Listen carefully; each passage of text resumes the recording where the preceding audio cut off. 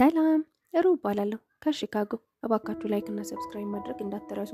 እናቴ በከተማይቱ በጣም ታዋቂ ዶክተር ነበረች። አንድ ልጇም ስለነበርኩኝ እኔ በጣም አድርጋ ትወደኝ ነበረ። ልክ 6 ዓመት ሲሞላኝ ግን ከትልቁ ዛፍ ላይ በጭንቅላቴ ወድቄ ተመታሁኝ። እንደዛም ሆኖ ግን በጣም ደህና እንደሆንኩኝ ማረጋገጥ ችዬ ነበረ። እናቴ ግን በጭራሽ ልትቀበለው አልቻለችም ነበር። ከዛ ጊዜ በኋላ በጭራሽ ለብቻዬ ልትተወኝ አልቻለችም ነበረ።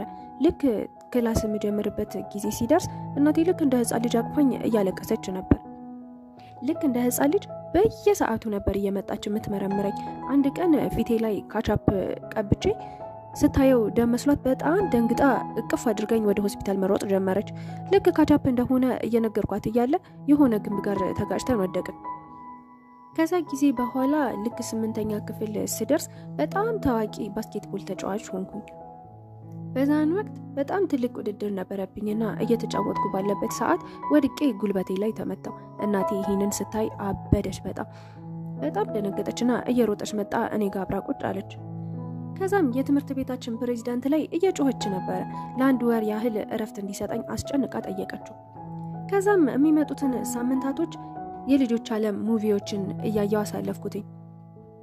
ከሳምንታት በኋላ የጓደኛዬ ልደት እንደደረሰ ስሰማ ወደ ተጋበዝኩበት ቦታ ለመሄድ ስለማትፈቅድልኝ በመስኮቱ በኩል ለመሄድ ወጣሁኝ።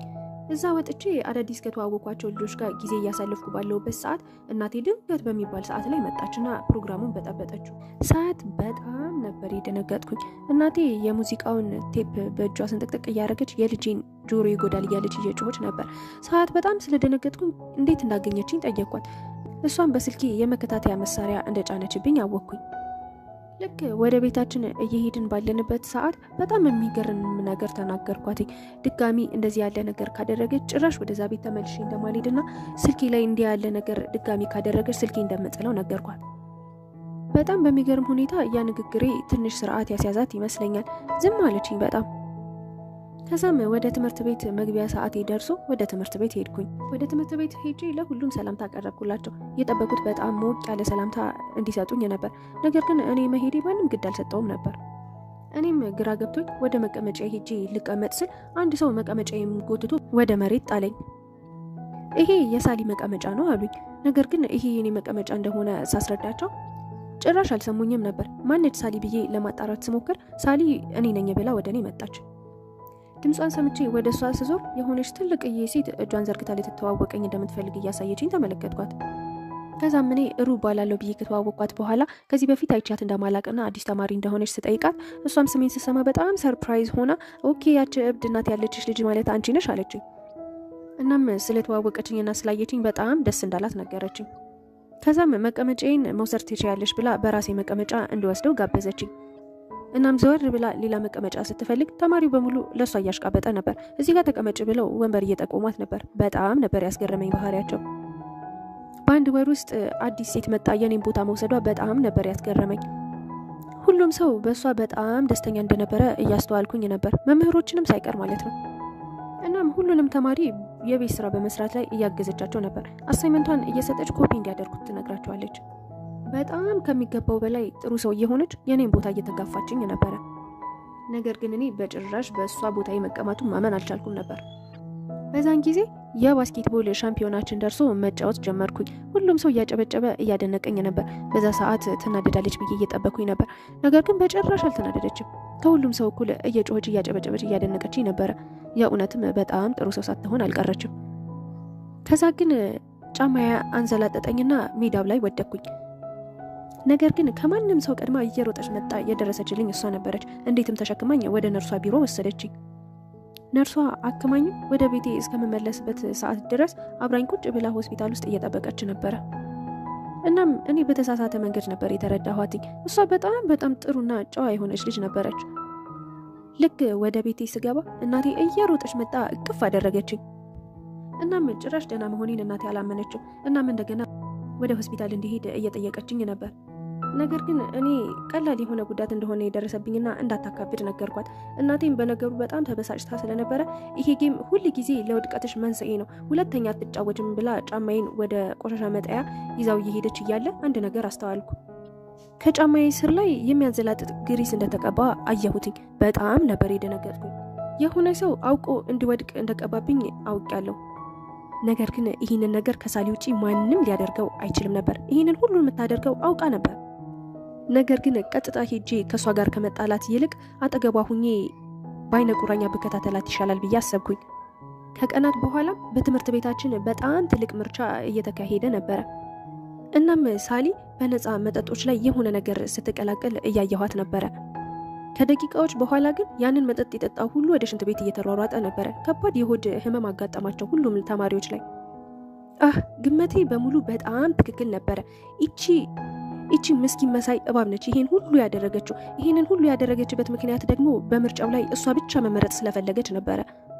እናም ግን ይህንን ማድረግ እንደማትችልና ሁሉንም ነገር እንዳወኩባት እንድታቅ ስለፈለግኩኝ ወደ መታጠቢያ ቤት ስትሄድ ሄጄ ከሷ ጋር መጣላት ጀመርኩኝ። እናም ያደረገችውን ነገር በሙሉ እንዳየኋትና ከዚህ መሄድ እንዳለባት አስጠነቀኳት። ነገር ግን እሷ ጭራሽ እያመነችልኝ አልነበረም፣ እየካደችኝ ነበረ። ችግሬ ምን እንደሆነ ትጠይቀኛለች ጭራሽ ከሷ ብሶ። ከዛም በድንገት በጣም በኃይል ራሷን በራሷ በጥፊ ከመታች በኋላ በጣም እየጮኸች ማልቀስ ጀመረች። እንደዛ ስታረግ ሰዓት በጣም ነበር የደነገጥኩት። ከዛም እዛ መታጠቢያ ቤት ውስጥ የነበሩ ሴቶች እየሮጡ መጣው ወደ ጎን ገፍተው ወረወሩኝና ምን እያደረግሽ ነው ብለው እየጮሁብኝ ነበር። ሁሉም ሴቶች እኔ በጥፊ እንደመታዋት ነበር እያሰቡ የነበሩት። እንዴት ታጠቂያታለሽ ብለው በየተራ እየተፈራረቁ እየጮሁብኝ ነበር። እሷ ግን አሁንም ቢሆን ምስኪን ለመሆን እየጣረች ነበረ። ምንም እንዳያደርጉኝ እንዳይጮሁብኝ እያስጠነቀቀቻቸው ነበር እነሱን። በጣም ነበር ያስገረመችኝ። ድራማዎችን እየሰራችብን ነበር በላያችን ላይ። ጀስት ይቅርታ ከጠየኳት ይቅርታ እንደምታደርግልኝ እየነገረቻቸው ነበር ልጆቹ። ነገር ግን ይሄ ከአቅሜ በላይ ሲሆንብኝ ወደ መሬት ገፍትሬ ጥያቸው ሄድኩኝ። በዛ ሰዓት በጣም ተኩላ የሆነች ልጅ እንደሆነች ተረዳሁኝ። እናም ከሷ በተሻለ ፈጣን ሆኜ መገኘት ነበረብኝ። እናም በሰዓቱ ትምህርት ቤታችን አዲስ ፕሬዝዳንት ለመምረጥ ምርጫዎች እንድንሳተፍ እያደረገን ነበረ። በጣም ቸኩዬ ነበር እዛ ነገር ላይ ለመሳተፍ። ግን ገምቱ ማን ከኔ ጋር ለመወዳደር እየሞከረ እንደሆነ? አዎ ሳሊ ነች። ፕሬዝዳንት ለመሆን ለመወዳደር እያሰበች ነበር። ሁሉም ተማሪ ለሷ ምርጫ ቅስቀሳ ለማድረግ ፖስተሮችን እንዲያዘጋጁ እያደረገቻቸው ነበረ። አንድ ቀን ላይብረሪ ውስጥ ቁጭ ብዬ እያጠናው ባለሁበት ሰዓት የሆነ ነገር ተሰማኝና ለማየት ብቅ ስል ሳሊ የሆነን ህፃን ልጅ እያስፈራራች እያስደነገጠችው ተመለከትኳት። በጣም ነበር የደነገጥኩት ይህንን ስታደርግ ሰዓት። አሳይመንቷን በአግባቡና በስነ ስርዓት እንዲሰራ እያስፈራራችው ነበረ። ያንን ባለማድረጉ ነው ድብደባ እየደረሰበት የነበረው። መነጽሩን ማውልቃ በእግሩ ረግጣበት ጥላው ሄደች።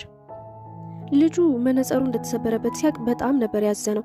ያለ መነጽሩ መራመድ የሚችል አልመሰለኝም ነበር በሰዓቱ። ከዛም በዛ ሰዓት የሆነ ሀሳብ ወደ ጭንቅላቴ መጣ። እናም ሄጄ ልጁን ከወደቀበት አንስቼ ላዋራው እየሞከርኩኝ ነበረ። እናም ድጋሚ እንዳይፈራና ከዚህ በኋላ እኔ ያለውልክ ብዬ እያጽናናሁት ነበረ። በጭራሽ እኔ እስካለው ድረስ እሷ አትነካህም ብዬ እርግጠኛ እያደረኩት ነበር። ከሁሉም ሰው ፊት ስለ ሳሊ እውነታውን ከተናገር ሁሌም አጠገበው ሆናለሁ፣ ጭራሽ እሷ ችግር አትሆንም ብዬ እያጽናናሁት ነበረ። ከዛም ልጁ በጣም በሚያሳዝን አይኖቹ እያየኝ በሐሳቤ ተስማማ። እናም ሳሊን ሰዎች ፊት በሙላ ልናዋርዳት ተስማማን። ከሳምንታት በኋላ ያ ኢቨንት ደርሶ ሁላችንም ተሰባሰብን። እኔም በጣም በደስታ ያቀድኩት ነገር ሲፈጸም ለማየት እግሬን ሰቅዬ እየጠበቅኩኝ ነበር። ሳሊ ገብታ ወደ ስቴጁ ንግግሯን ከማቅረቧ በፊት ያ ህፃን ልጅ መጥቶ ስለሷ ሲያዋርዳት ለመስማት በጣም ጓጉቼ ነበረ። እየጠበቅኳትም ነበር። ያቺ ሳሊ ከመድረክ ጀርባ ንግግሯን ለማስተካከል እየተዘጋጀች ነበረ። ከዛም ልጁ በስነ ስርዓት ያዘዝኩትን ነገር ማውራት ጀመረ። እንዴት አድርጋ ስታስቸግረው እንደነበረ፣ ከሰዎች ፊት ጥሩ እንደምትመስልና ለብቻው ሲሆን በጣም እንደምታስቸግረው እንደምትደበድበው እየተናገረ ነበር። ከዛም ማንነቷን መግለጽ በሚኖርበት ሰዓት ላይ እጁን በሚያስደነግጥ ሁኔታ ወደ እኔ ቀሰረ። በጣም ነበር የደነገጥኩት። እጁን ወደ እኔ ሲጠቁም መገባበት ነበር ያጣውኝ። ልጁ እየዋሸ ነበር። እሱ ግን በጭራሽ ሐሳቡን ሊቀይር አልቻለም። እጁን ከኔ ላይ ቀስሮ ሊያነሳው አልቻለም ነበር። እናም ግላሱንም የሰበርኩበት እኔ እንደሆንኩኝ፣ ሽንት ቤት ውስጥም ፊቱን ደፍቄ እያስጨነኩት እንደነበረ ለህዝቡ በሙሉ ተናገረ። እኔም በጣም በድንጋጤና በመናደድ ልጁ ላይ እየጮኩበት ነበረ። ለምን ተዋሻለህ? እውነቱን ተናገር ብዬ እየጮኩበት ነበር። ያንን ሁሉ ነገር ያደረገች ሳሊ ነች፣ አስታውስ እያልኩት ነበረ። ነገር ግን እሱ ጭራሽ ሊሰማኝ አልቻለም ነበረ። ከዛም ጭራሽ ድራማ ይሰራብኝ ጀመረ። ሳሊ ማነች ብሎ ሰው ፊት ሁላ አጋፈጠኝ። እባክሽ እንዳትመችኝ ብሎ እንደፈራ ሰው መሬቱ ላይ ወድቆ ይለምነኝ ጀመር። በጭራሽ ይህንን ማመን አልቻልኩም ነበር። እናም ከዛ ተነስቶ በሌሎች ልጆች ጀርባ ለመደበቅ እየሞከረ ነበር። ሴቶቹ በሙሉ እኔ ላይ እያፈጠጡብኝ ነበር እና እነዛ ሴቶች አሁን አውቀንብሻል ልሩ፣ አንቺ በጣም አስቸጋሪና ተደባዳቢ ሴት እንደሆንሽ አውቀንብሻል አሉኝ። ይሄን ሁሉ ነገር ማድረግሽ ሳይበቃ ጭራሽ ወደ ሳሊ ልታላክኪ ትሞክሪያለሽ አሉኝ። ያን ቀን መታጠቢያ ቤት ውስጥም ያደረግሽውን ነገር በሙሉ አይተናል። አንቺ በጭራሽ ለፕሬዝዳንትነት ልትመረጪ ልትታጪ ማትችይም ብለው ጮሁብኝ። እናም የለጣጠፍኳቸውን ወረቀቶች በሙሉ እየቀደዷቸው ነበረ። ይሄን ወንጀለኝነትሽንና ጨካኝነትሽን ሁላችንም አውቀናል። እናም ደግሞ ሳሊ ላይ የምታማኘውን ነገር ማቆም አለብሽ። ሁሉም ሰው ሳሊ ይሄንን እንደማታደርግ ያውቃል። እሷ መልአክ ነች አሉኝ። ከዛም ወረቀቶቹን እየወረወሩ እየደበደቡ ከክፍሉ አስወጡኝ። በዛ ሰዓት ሳሊ በጣም እንዳሸነፈች እየተሰማት ነበረ። ከዛ ኢቨንት በኋላ ሳሊ መከታተል ጀመርኩ እና ባየሁት ነገር በጣም ነበር የደነገጥኩት። ያንን ህፃን ልጅ እየሳመችው ነበረ፣ እያታለለችው ነበረ። ከሁሉም ሰው ፊት ነው ያን ስታደርግ የነበረው እና ልጁ ያንን ነገር ያደረገው ለምን እንደሆነ አሁን በደንብ አድርጎ ገባኝ። በጣም ሰይጣናዊ ስራዎችን ነበር እየሰራች የነበረው። አብረው ቁመው ሲያወሩና ሲሳሳቁ ማየት ጭራሽ አልቻልኩም ነበረ። ቀጥ ብዬ ሄጄ ልጁን በካልቹ አነጠርኩት እና እየጮኩባት ነበረ። እናም እጣቴን ቀስሬ ጮኩባት። እኔን ልታታልለኝ እንደማትችል እየጮኩ ነገርኳት። እሷም ወዲያውኑ ወደ ዳይኖሰርነት ተቀይራ እያወራች ነበር። እኔም ብዙም አልገረመኝም። አሁን ትክክለኛ ከለርሽን ይዘሻል አልኳት። እኔ የመጀመሪያ ቀን ያየሁሽ ቀን ነበረ በጣም ጨካኝና ሰይጣን እንደሆንሽ ያወቅኩትኝ አልኳት። እና አሁን ደግሞ ወደ ዳይኖሰርነት ተቀይረሽ ያወራሻቸው ነገሮች በሙሉ ሪከርድ አድርጊያቸዋለሁ፣ ለሁሉም ሰው አሰማለሁ አልኳት። ስታይ በጣም ነበር የደነገጠችው እና ያን እንዳደርግ ጭራሽ እንደማትፈቅድልኝ እየዛተችብኝ ነበረ። ይህንን ከማደርግ እንደምትገለኝ ነግራ እኔ ጋር መደባደብ ትጀምራለች። እየተደባደብን ነበር ያለማቋረጥ። ነገር ግን ከደቂቃዎች በኋላ ያ መጫወቻ ህፃን ልጅ ከጀርባ የመጦ እየጎተተኝ ነበረ። እንዲለቀኝ እየጮኩ እየነገርኩት ነበረ። ትክክለኛ ገጽታዋን ለሁሉም ሰው ማሳየት እንዳለብኝ እየጮኩ እየተናገርኩኝ ነበረ። ከደቂቃዎች በኋላ ግን እጅና እግሬን ይዘው ወደ አንድ ቆሻሻ ሩም ውስጥ ከተው ቆለፉብኝ። እናም ስልኬን ይዘው ነበረ። ከዛ እሷም ነግሬሽ ነበረ፣ ይህንን ሪከርድ ማንም እንደማይሰማው ነግሬሽ ነበር፣ አንቺ ነሽ ያልሰማሽኝ አለ። እኔ ግን ተስፋ አልቆረጥኩኝም ነበር። በሩን እየደበደብኩት ነበር። የሆነ ሰዓት ላይ ግን በጣም ኃይለኛ ድምጽ መስማት ጀመርኩኝ። ከዛም ከሰዓታት በኋላ በሩ ግንጥል አለ። እናቴ ነበረች ያን ያደረ ፈልጋ አግኝታኝ ነበር። ሳያት በጣም ደስ ስላለኝ ጥምጥም ብዬ አቀፏትኝ። እሷም እንደለመደችው ምን አይነት ጉዳት ደርሶብኝ እንደሆነ ለማየት እየፈተሸችኝ ነበር ሰውነቴን በሙሉ። እኔም በጣም ግራ ገብቶኝ እንዴት እንዳገኘችኝ ጠየቅኳትኝ። ከዛ እሷም ስልኬ ላይ ድጋሚ ያንን የመከታተያ መሳሪያ እንዳትጭኝብኝ ስላልሽኝ ጫማሽ ላይ ያንን መሳሪያ አድርጌብሽ ነው አለች። ይሄንን ስሰማ በጣም ነበር የደነገጥኩትኝ። እናቴ በጣም ይቅርታ አድርጊልኝ ልጄ፣ ግን ይሄው አየሽ አይደል ለዚህ ጊዜ ጠቀምኩሽ አለችኝ። እናም ወደ ትምህርት ቤቱ የመጣችው በጣም ትቆይባት እንደሆነ ነገረችኝ። በጣም ነበር የተገረምኩኝ። ጭራሽ ነበር እሷ ማመን የከበደኝ። ከዛም ግን እኔም ወዲያው እየሮጥኩኝ ወጥቼ ሳሊ መፈለግ ጀመር። ከዛም በትምህርት ቤቱ ጋርደን ውስጥ ከዛ ትንሽዬ ልጅ ጋር እሳት አንድደው እየተዝናኑ ተመለከትኳት። እናም በእጇ ስልኬን ይዛው ተመለከትኳት።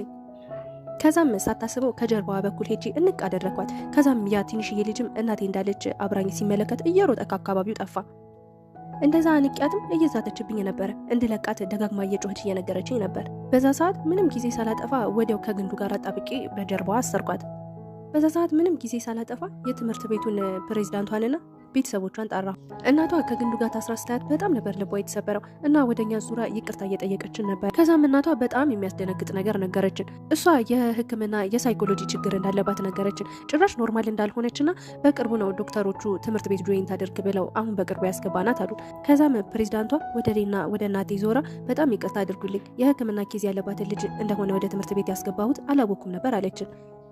እናም ፕሬዝዳንቷ ባደረጉት ነገር በጣም ደስተኛ ስለነበረች በቅርቡ በሚደረገው የፕሬዝዳንታዊ ምርጫ ላይ አንቺን ቤስት ኦፍ ቤስት አድርጌ እመርጥሻለሁ አለችኝ።